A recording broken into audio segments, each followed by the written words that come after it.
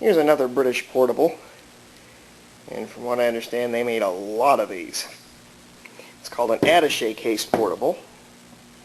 This is a Vidor CN429,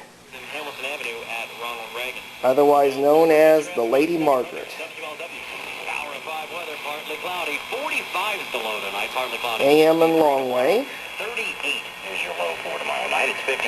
The dial is in meters instead of kilocycles.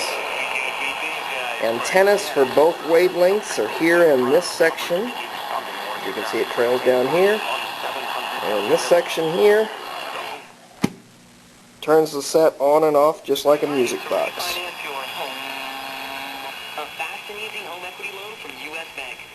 Go ahead and tune the band.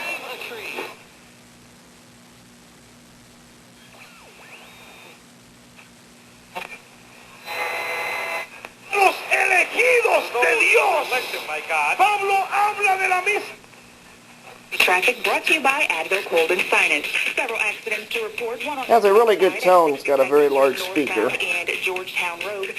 It's all wood case with a metal control panel, which has been sprayed sort of a goldish beige color with gold flecks on it.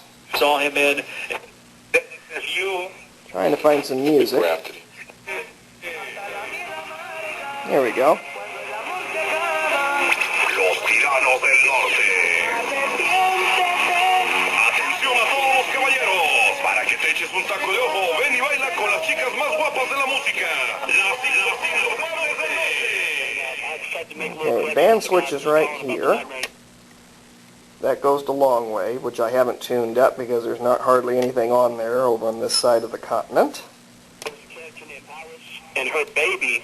And there's medium wave, which is AM. To get to the batteries, pop it open this way.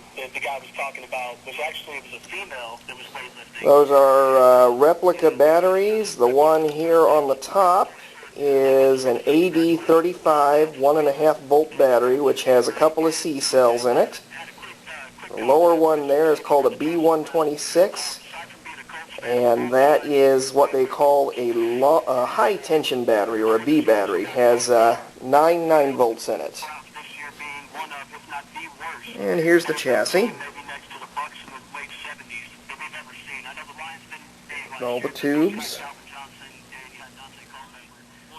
Here's the sticker on it.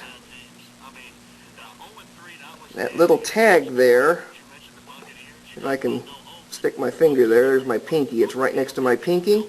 That's the license you had to have. You had to have a license back then to listen to this radio, and that was the listening license. Right next to the listening license down there is the actual power switch. And these covers, by the way, are 1950s vintage Vidor covers that I made up myself to make it look as original as possible. The headway that they made, going into the playoffs, from being one of the worst teams the year prior to a very good team a year ago. But this year, it just seems like there are the haves and the have-nots.